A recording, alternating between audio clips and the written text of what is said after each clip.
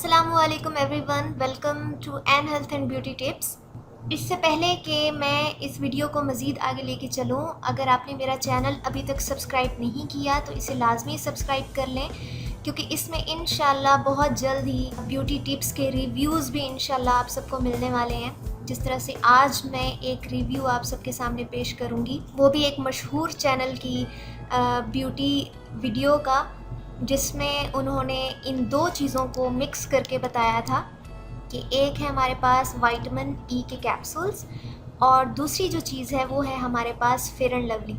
तो फ्रेंड्स, आप सोच रहे होंगे कि ये दोनों चीज़ें मैं आप सबके सामने रख के क्यों बैठी हुई हूँ। तो उन्होंने अपनी एक ब्यूटी टिप्स की वीडियो में बताया था कि अगर आप 1 table spoon fair and lovely और विटामिन ई के 4 या 5 कैप्सूल्स आपस में मिक्स करें तो आप एक ही रात में चांद जैसा हुस्न पा सकते हैं, गोरा रंग पा सकते हैं। तो मैंने सोचा क्यों ना इसे ट्राई करें और उसके बाद ये रिव्यू दें आप सबको। कैमरा ब्लर होने की वजह से जो है वो इमेज सही तरीके से नहीं आ रहा, लेकिन नो डाउट ये अपनी जगह पे बहुत अच्छी है और ये अपनी जगह पे बहुत अच्छी हैं। तो जब इन दोनों को मिक्स करके मैंने लगाया है तो लगाने के बाद ओवरनाइट यानी कि अप्लाई करना था। रात के वक्त आपने लगा के इसे सो जाना है और सुबह किसी भी अच्छे फेस वॉश से मुंह धो लेना है। मैं चैनल का नाम यहाँ पे आप सबको नहीं बताऊँगी क्योंकि ये सूट नहीं करता, लेकिन हाँ, रिव्यू मैं आपको ज़रूर दूँगी कि इसके क्या रिज़ल्ट्स जो हैं वो मिले। तो नेक्स्ट मॉर्निंग जब मैंने मुंह धोया तो उसके बाद पूरा दिन मेरे फेस पे ऑयल ही ऑयल था, यानी कि ऑयली स्किन थी। गोरा रंग तो दूर की बात है, फ्रेशनेस नहीं थी स्किन में जो डेली बेसिस पे होती थी। और उसके बाद 2 या 3 दिन के अंदर अंदर जो है मुझे 3 से 4 दाने भी निकल आए स्किन पे, फेस पे। तो मैं तो आप सबको यही रिकमेंड करूँगी कि इन दोनों को कभी भी मिला के मत लगाएं। Overnight specially fair and lovely तो कभी भी ओवरनाइट अप्लाई नहीं करनी चाहिए। हाँ, जो इसकी अब आई है ओवरनाइट क्रीम वो आप लोग ज़रूर इस्तेमाल करें।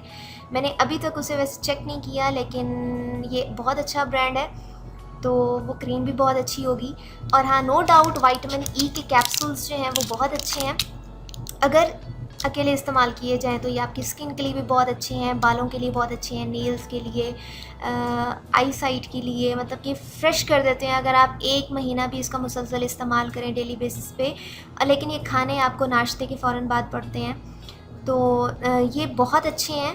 आप लगाने से ज़्यादा ये अगर खाया जाए कैप्सूल तो इसके रिज़ल्ट्स बहुत ही अमेजिंग हैं। और फेयर एंड लवली अगर मैं लगाऊं तो मेरी स्किन को तो बहुत ज़्यादा ऑयली कर देती है। आई डोंट नो कि आप लोगों की स्किन पे ये सूट करती है कि नहीं करती, लेकिन अलबत्ता मैंने ये पंगा ज़रूर लिया था कि मैंने इन दोनों को मिक्स करके ओवरनाइट ज़रूर अप्लाई किया था, जिसका मुझे तो कोई फ़ायदा नहीं हुआ। बाकी आप लोग अगर ये आज़माना चाहें तो ज़रूर आज़माएँ।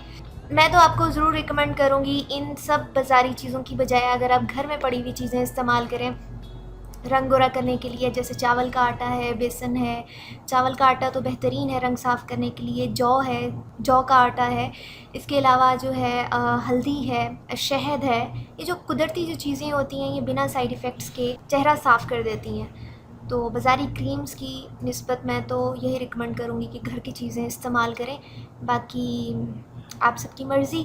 तो मैं उम्मीद करती हूँ कि रिव्यू आप सबको पसंद आया होगा और मैं दोबारा से ये कहूँगी कि इस वीडियो को लाइक ज़रूर कीजिएगा और अपने जो जानने वाले हैं, करीबी फ्रेंड्स हैं, उनको भी ज़रूर बताइएगा। तो अपना बहुत सारा ख़्याल रखिएगा। मेरी नेक्स्ट वीडियो तक के लिए मुझे इजाज़त दीजिए। अल्लाह हाफ़िज़।